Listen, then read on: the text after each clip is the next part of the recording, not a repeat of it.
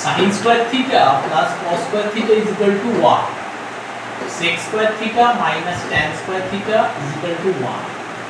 Cosec square theta minus cot square theta is equal to 1. এই তিনটে হচ্ছে trigonometric basic identity. এই basic identity use করে এই কোশ্চেনটা দেওয়া হয়েছে 1/1 plus tan square theta plus 1/1 plus cot square theta। বলেছে কোশ্চেনে make it a single trigonometric expression or calculate in a single value। এটা কি করে করা যাবে? দেখো sec square theta minus tan square theta equal to 1, তাহলে এখান থেকে আমরা লিখতে পারি 1 plus tan square theta is equal to sec square theta।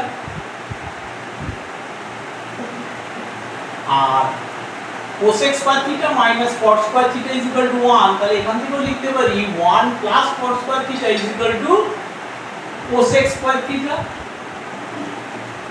আমরা জানি sec square theta হচ্ছে cos theta রেসিপ্রোকাল, তাহলে এটা হয়ে যাবে cos square theta।